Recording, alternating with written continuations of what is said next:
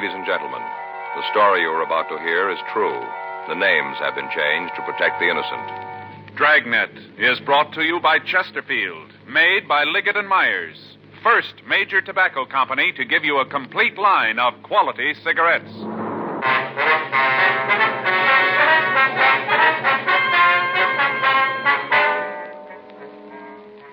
You're a detective sergeant. You're assigned to Bunko Fugitive Detail. An extortion ring is operating in your city. The victims are wealthy businessmen. The thieves claim they're policemen. Your job? Check them out. Friends, this month's Chesterfield poster features the world's greatest golfer, Ben Hogan. Now, here's what he has to say about Chesterfields. I'm a Chesterfield smoker, and have been for 7 years. The reason's simple. Chesterfield is the best for me. They're milder, and they taste great. Try them yourself. Take Ben Hogan's advice.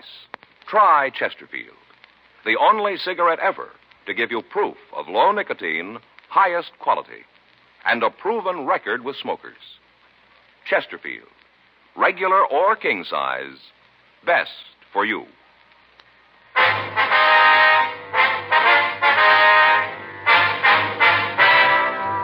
Dragnet, the documented drama of an actual crime. For the next 30 minutes, in cooperation with the Los Angeles Police Department, you will travel step by step on the side of the law through an actual case transcribed from official police files. From beginning to end, from crime to punishment, Dragnet is the story of your police force in action.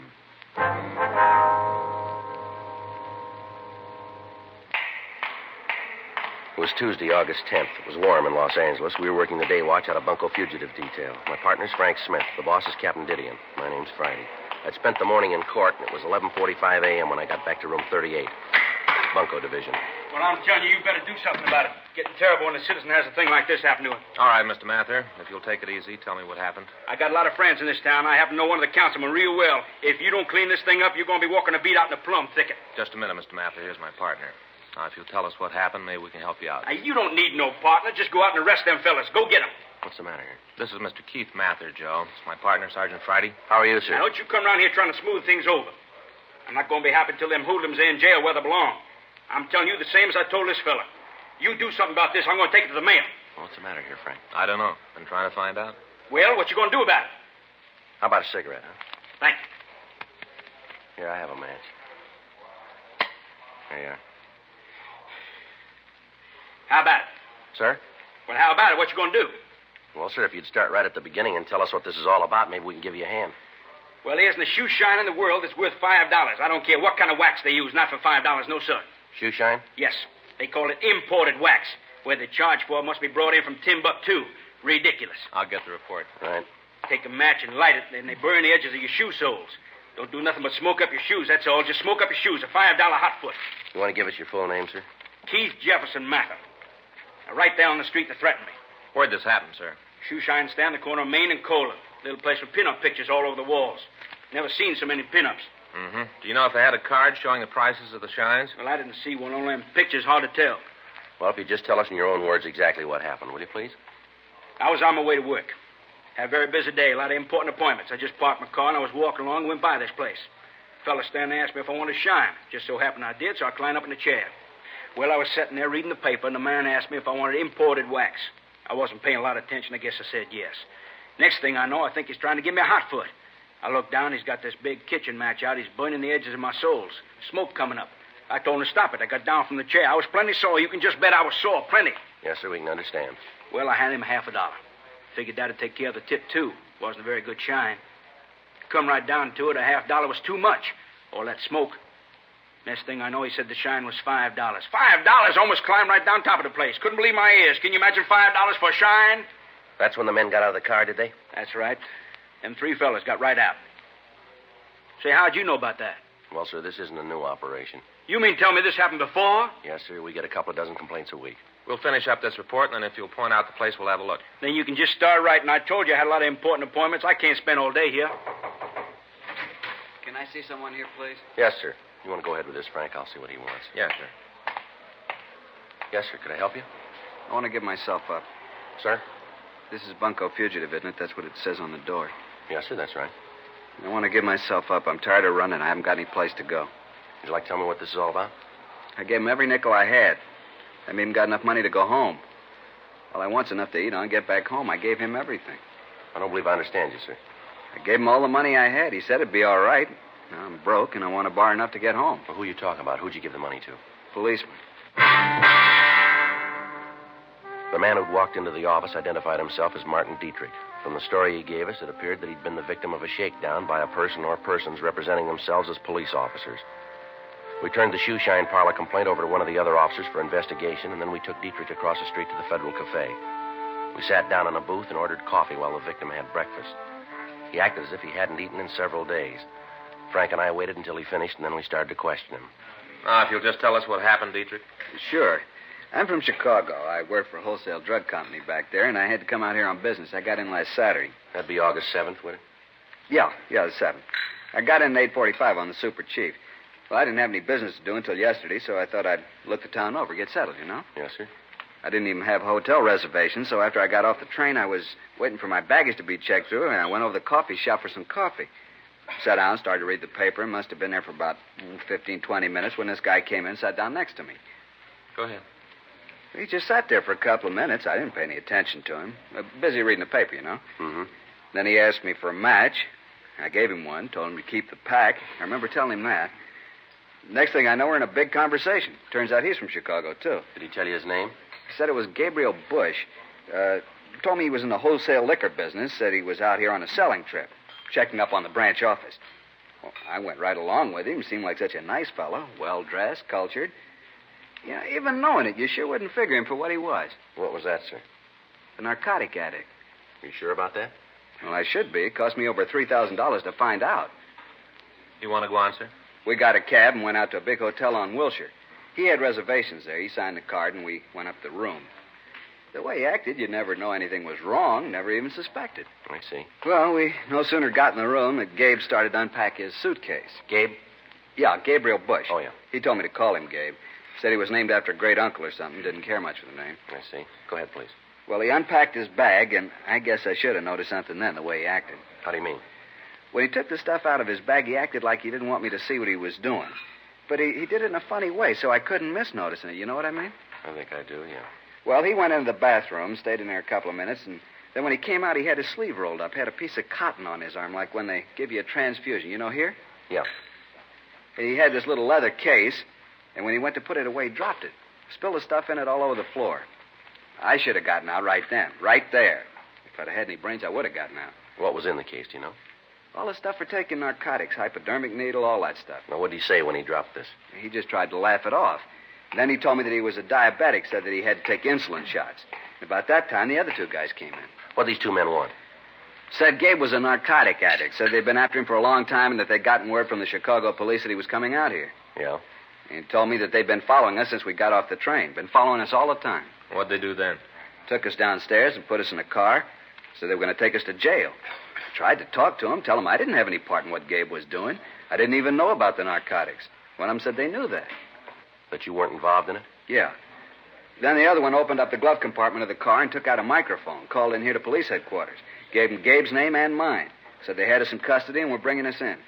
And I kept asking the one guy in the back with me to let me go, let me get out of the car. What'd he say? Oh, he told me that they'd like to, but it was too late. That they'd already called in my name, said they couldn't do anything about it now. I told him how it would ruin me if the story got out. How could I explain it to my bosses? That's when they told me there was a way. Yeah. The one fellow said that if I could afford to take care of all the policemen who knew that I'd been picked up, maybe they could fix it. The other one, the one in the front seat, said that wasn't a good idea, that they should book me. Well, they got in a discussion about it. The one guy wanted to let me go. The other one said not to. Finally, the one with me, the one in the back seat, won out. I gave him all the money I had, $3,350. How much? $3,350. I see. Then they pulled the car over to the curb and told me to get out. The badge these two men showed you, did it look like this one? I think so. I was so worried I didn't get a real close look at it. I think it was the same. I see. Either one of them tell you their names? Not the one in the front seat. The one who wanted to let me go said his name was Lang. Said he was a sergeant. He tell you where he worked? Just narcotics, that's all he said.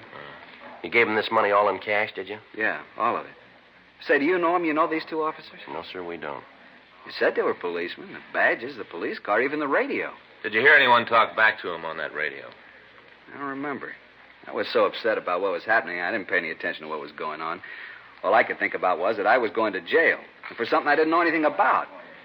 No, I don't remember. What kind of a car was it? A Chevrolet. What color? Sort of a light gray. Will you show us the hotel where all this happened?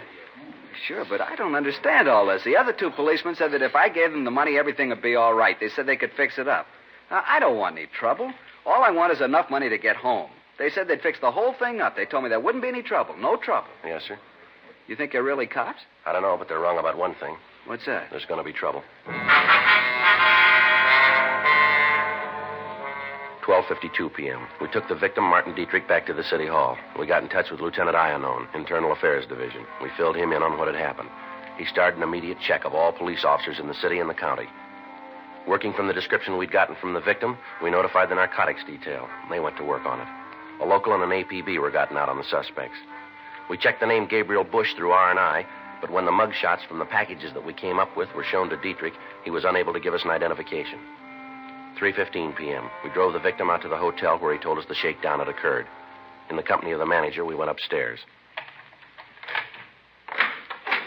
Come right in. This is the room. How about it, Dietrich? Yeah, this is where he brought me. Mr. Alden, do you know anything about the man who took this room? You mean Mr. Bush? Yes, sir. No, I don't. I do remember when he came in, registered with this gentleman here, had a reservation. I had the boy bring him up to the room. Yes, sir. Well, all the time Mr. Bush was signing the card, he was telling Mr. Dietrich here that there was a convention in town, how all the hotels were full up. Well, that's not right. We haven't had a really big convention in a couple of months. Why, right here in this place, we've got several rooms we could have let Mr. Dietrich have. Not that we're not doing a good business, you understand, not at all. Yes, sir.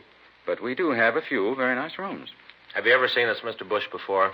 No, I don't think I ever have.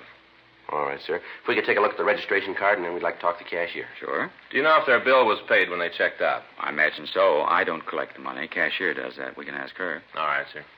You think you might get a clue from her?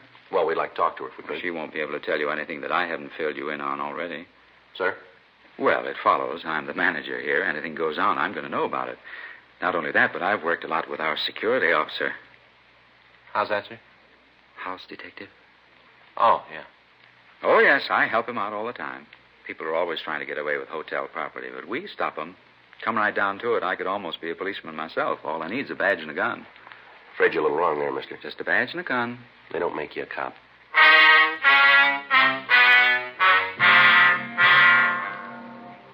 4:38 p.m. We talked to the cashier at the hotel. She told us that the bill for the room had been paid by Gabriel Bush at 2:15 the afternoon of the shakedown, 3 hours after Martin Dietrich had turned over all his money to the thieves. She told us that the bill had been paid with cash and that she could give us no further information on the man. We obtained the registration card the suspect had signed when he checked into the hotel. In the usual processing of the card by hotel employees, it had been handled so much that lifting fingerprints from it was impossible. The card was turned over to Don Myers in handwriting to be checked. 5:20 p.m. The victim started to look through the photographs of police officers. Lieutenant Ionon's preliminary investigation had failed to turn up any police officers who matched the description of the shakedown men. A check with the officers from narcotics detail netted us nothing. They were still checking their sources of information to help us in coming up with a lead. 11:16 p.m. We took the victim out for dinner, and then we came back to the city hall and continued to go through the pictures. At 1:26 a.m., he finished the last book without finding the men who'd claimed that they were police officers. We checked out of the office, and Dietrich spent the night at Frank's house. The following morning, Wednesday, August 11th, 8:04 a.m., Frank and I met with Captain Didion in his office. Well, where are you on it? Not too far, Skipper. What have you got? Well, we checked the files. We're pretty sure that they aren't policemen. How about narcotics? They come up with anything? Not yet. They're still working on it. You need any extra men? No, not right now. We might later. I got Johnny DeBetta standing by. You can use anybody else you need, but clean this thing up. Where do you go from here? Well, we're getting descriptions out to all the hotels, warning them about the racket, asking them to call us if this Bush guy registers again. Doesn't seem like you'll use the same name again. No reason not to, Skipper. He doesn't know we're onto him. I suppose so. I got an idea last night. Might work. At least it'd be something to start on. All right. Well, it figures that the only men who'll go for this dodge have got responsible positions in their hometowns. If they didn't have, they wouldn't care about being brought down here along with Bush. Is that right? Yeah, that follows. They got to be from out of town so the con men can get rid of them fast. Yeah. Now, this Dietrich, he was picked up in the Union Station, right? Yeah, that's right. And if you're going to pick your men up, that's the place to do it. Try to nail them while they're setting the mark. Yeah, it might work. Be better if one of us was the mark, though. That's what I had in mind. You got any good luggage, Joe? Expensive looking? Well, I got a set my mother gave me last Christmas. Looks pretty good to me. We'll try it then. Smith, you'll work with DeBetta. Keep a tail on Friday from the time he gets into Union Depot. Joe. Yeah. Here's the timetable. What? Tomorrow morning you start riding the train.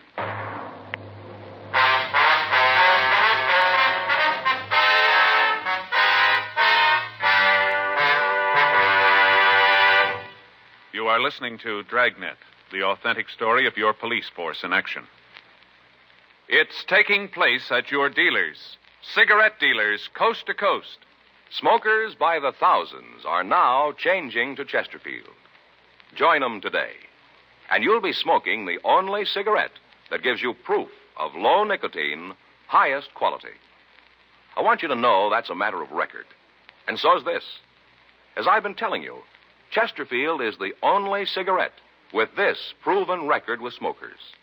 No adverse effects to the nose, throat, and sinuses from smoking Chesterfields. Good reasons why you should change to Chesterfield? You bet. Ask for Chesterfield. Regular or king size, best for you.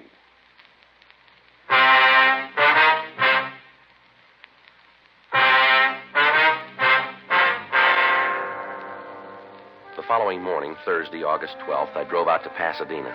At 8:12 a.m., I caught the train on its last stop before it reached the Union Depot in Los Angeles. At 8:45 a.m., the train pulled into the station. I got off, walked up the ramp into the terminal. From there, I walked over to the coffee shop and waited for over an hour. From where I sat, I could see Frank and Sergeant John DeBetta further down the counter. At the end of the hour, no attempt had been made to approach me, and we called off the operation for the day. While I was in the coffee shop, I watched for anybody matching the description of the suspect, Bush, but if he was there, we didn't see him. The operation was staged again for the next 2 days without results. On Sunday, August 15th, I went through the same procedure. After the waitress brought my coffee, I waited. 9:02 a.m. Mind if I sit down here? No, go right ahead. Here, I'll move my coat. I'll get it for you. You're not going to need an overcoat out here. Sure is hot. Yeah, I guess so. This is my first trip. Thought I'd bring one with me anyway. California weather, you know. Yeah, you never know. Where are you from? Chicago?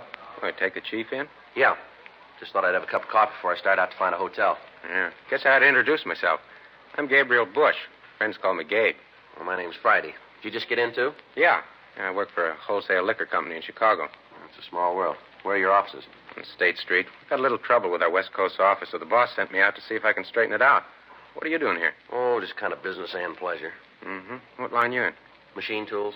Well, how long are you going to be in town? Well, as a matter of fact, I'm leaving Tuesday. That doesn't give you a lot of time here. You know anybody in town? No, sir, I don't. Not a soul. Where'd you say you're staying? Well, I'm not staying anyplace. I haven't got a place yet. Thought I'd go over to the Statler. Oh, you're not going to get in there. Matter of fact, you're going to have a rough time getting in any place. Oh, is that so? Yeah, there's a big convention in town. No rooms to be had. I made my reservation a couple of weeks ago, and the office out here took care of it. Well, I didn't know it'd be that crowded. Should I tell you what? Yeah? Come on over to my hotel. You can park your luggage there, and I'll get in touch with a couple of friends here and see what they can do. Well, that's sure nice of you, but I don't want you to go to a lot of trouble. I'll find a place somewhere. It's no trouble at all. Can't let a fellow Chicagoan stand out in the cold. I'm sure the boys can find you a place. Now, you know, I sure appreciate all this. I don't think anything about it. Who knows? Maybe you'll be able to do something for me someday. Yeah, maybe I can. We walked out of the terminal and we got into a cab. I could see Frank and DeBetta following us. The address Bush gave the cab driver was out on Wilshire. We pulled up in front of the place. We went in.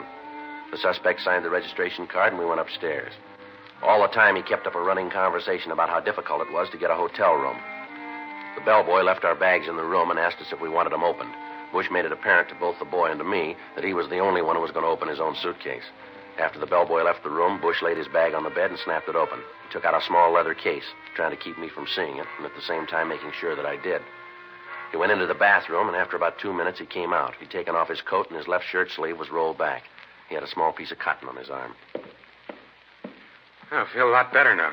What's the matter? Something wrong?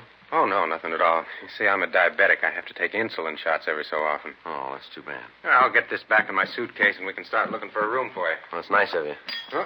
Oh, here, let me give you a hand. I'll help you pick it up. Oh, no, it's all right. Don't worry about it. I can get it. Here, just a minute. I guess this spoon's part of it, isn't it? Oh, yeah. I didn't know you used a spoon for insulin. I'll get it. Wait a minute. Let me put this stuff away. Well, I'll open the door, see who it is anyway, huh? Yeah, what do you want? Police officers, you're under arrest. What for? Narcotics. What are you doing breaking in here like this? You got no right coming in a room like this. All right, knock it off, Bush. We've been after you for a long time. We finally nailed you, and I don't bawl about it. This other fella a cop, too? Yeah, this is my partner, Roger Silby. Now, listen, I had no part in this. I just met this guy. If you want him, okay, but don't tie me in with him, please. Too bad, mister. Get your coat. And where are we going? Downtown. We got to book you. But I had no part in this. I tell you, I just met the guy just this morning down at the depot. I just met him. I'm not mixed up in anything. If my company finds out about this, it's going to cost me my job. Now, you guys got to give me a break, please. Should have thought of that before, mister. A little late now. Yeah, but if my boss hears about this, he's going to kill me. Come on, why don't you give the guy a break? He's telling the truth. I just met him. He's got no piece of the action. That's rough. Maybe next time he'd be more careful who he bums around with. Let's go. Oh, please, give him a break. You guys are all alike. You cry when you get tagged. Yeah, but this isn't right. Let's go. We're taking you in. Well, what's the charge? We'll tell you in jail. The two men had shown us badges when they came in, but they'd flashed them by so fast there was no way of taking a good look at them. They made Bush and I get our things together, and then they took us downstairs. As we walked through the lobby, I nodded to Frank and Johnny DeBetta. They followed us at a distance. The plan was that I'd get in the car with the suspects and then give them the money. After that, they'd be taken into custody. Until they'd actually taken the money, all we could prosecute them on was a charge of impersonating an officer. Once the currency was in their possession, we could prove extortion, a felony. After we left the hotel, we walked up Wilshire Boulevard, and we stopped by a gray Chevrolet. All right, get in. Is this a police car? That's right. I'll take this one in front with me. Okay. All right, get in.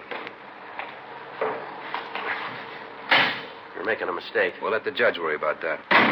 I'll call in and tell him we're coming in. Right.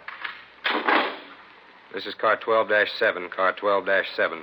We have two prisoners in custody. We're taking them downtown for booking.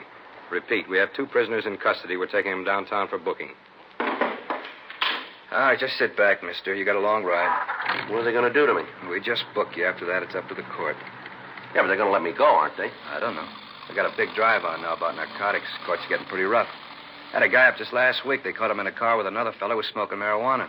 This one guy didn't even know it was tea. They really nailed him. Hey, how long did they give Jensen? You mean on that T-rap last week? Yeah. 5 years. Now, you see, they're really getting rough. Yeah, but you know I didn't have anything to do with this. You said that yourself. You know that. Listen, isn't there some way? There's got to be a way. I don't know. We don't like to see guys like you nailed, but the pressure's on us, too. We'd like to just let you out of the car, forget we ever saw you. But we can't do it. Why not? Why can't you? Too many people know we picked you up. Well, who? Who knows it? Well, our office, for one. As soon as we spotted you and Bush at the hotel, we called them. Told them we were going to take you into custody. My partner just called in and told them we had you. People on the radio know it. Must be a couple of dozen. No, I'm sorry. There's nothing we can do. Sorry. It's a lousy deal. It's going to ruin me. You guys know that. I'll lose my job. I'll be through. I don't know. We'd like to help you out, but you can see there just isn't any way. But there's got to be. Silby? Yeah? How about it? Can't we just let him out? You tell me how we're going to get away with it. How are we going to explain when he isn't there to be booked? Oh, look, he's a nice guy. I don't want to see him get into trouble for something he didn't do. Neither do I, but how do you figure to square it? Well, you're bright cops. Come on, give the guy a break. Suppose we could take care of the watch, Commander. Maybe he'd forget we called in. Taking care of him is expensive. Yeah. How much money you got on you? Well, about $2,500. It's not too much. Can you raise any more? No, not without sending home. I can't do that. How about it, Silby? $2,500 enough? Won't go very far. A lot of people to take care of. That's all he's got. Ain't enough. Let's book him. Oh, come on. We've been riding together a long time, Silby. This is the lousiest deal we've ever had to pull. We take the $2,500 and explain it to the commander. It'll work. Come on, let's give the guy a chance. If it goes wrong, it's on your neck. All right. I'll take the beef. Okay, shove him out. We got to take Bush in, though. All right. Come on, give me the money. Sure. Here you are. It's all there. Okay. Silby? Pull over. Let's let him out. Where are we? 4th and Spring. Would you mind dropping me off a couple of blocks up the street? This isn't a taxi service, mister. You're coming out of this smelling like a rose. Don't press your luck. No, just a couple of blocks up there near First. Why, what's over there? City Hall. You're under arrest.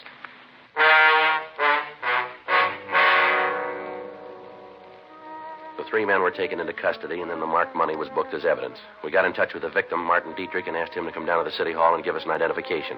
He looked at the suspects and then stated positively that they were the men who'd shaken him down. That's them. You'll sign a complaint? You bet I will. I want to see them get theirs. Oh, it's all a beef, little con game, that's all. So we took the mark. Shut up, Lang. They still got to prove it. That ain't going to be hard with the help your friend Gabe handed out to them. Imagine being so dumb you pick a cop as a mark. You know, both of you went along with it. Oh, you're dumb, Gabe. Face it. All right, let's go. Come on, mister. Don't give me no orders, cop. You got me in custody, that's enough. Now don't order me around. I'll go when I'm ready. Come on, Lang.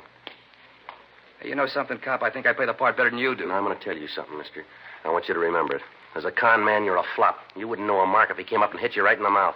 Besides being bad at that, you're a liar. The worst kind of liar. You go around telling people that you're a cop. You flash a tin badge and right off you're the law. You don't care what you do or who you hurt. I've been in this business a long time. I've seen a lot of 5'10s come across the desk here. Guys who take old women, cheap crumbs with a handkerchief switch in the smack game, but at least they don't try to hide behind a phony badge. We don't know how many people you pulled this cheap deal on, but we're going to find out. We'll get every name there is, and then we'll make you on all of them. I live in this town. I work here, and I like it. There are 4,500 men in the city who feel the same way, all cops. Men are trying to prove that the law's here to protect people, not to cut them down. They spend every day of the year making up a good score, and you come along and tilt it. Every one of those people you hit thinks he's been taken by a cop now. A cop whose hand was reaching for money that wasn't his. You keep wearing that grin, Lang. See if you can still make it when we turn the key on you. Now, let's go. You want to take him outside, Frank? I'll be right with you. Yeah, come on.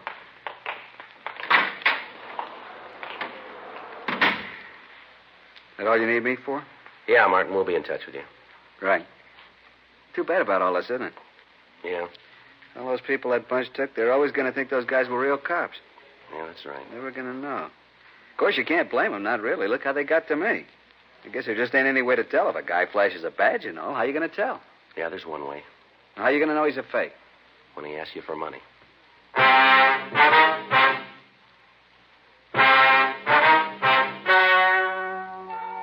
The story you have just heard is true. The names were changed to protect the innocent. On December 17th, trial was held in Department 92, Superior Court of the State of California, in and for the County of Los Angeles. In a moment, the results of that trial. Now, here is our star, Jack Webb. Thank you, George Fenneman. Friends, we'd like to express our appreciation to all of you who've made our Dragnet theme song so popular. Whenever or wherever you hear it, we hope it'll remind you to try our Chesterfields, to join the thousands who are changing to Chesterfields and getting the one cigarette that's low in nicotine, highest in quality. Chesterfield. Best for me, best for you.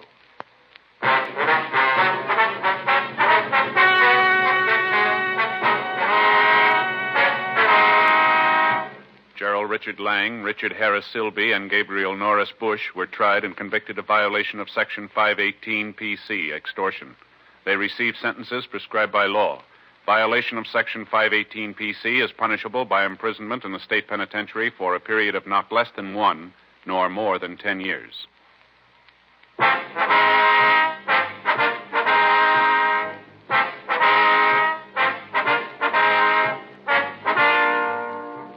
You have just heard Dragnet, a series of authentic cases from official files. Technical advice comes from the Office of Chief of Police W.H. Parker, Los Angeles Police Department. Technical advisors, Captain Jack Donahoe, Sergeant Marty Wynn, Sergeant Vance Brasher. Heard tonight were Ben Alexander, Vic Perrin, Herb Ellis, Paul Richards. Script by John Robinson. Music by Walter Schumann. Hal Gibney speaking. Watch an entirely new Dragnet case history each week on your local NBC television station. Please check your newspapers for the day and time. Chesterfield has brought you Dragnet, transcribed from Los Angeles.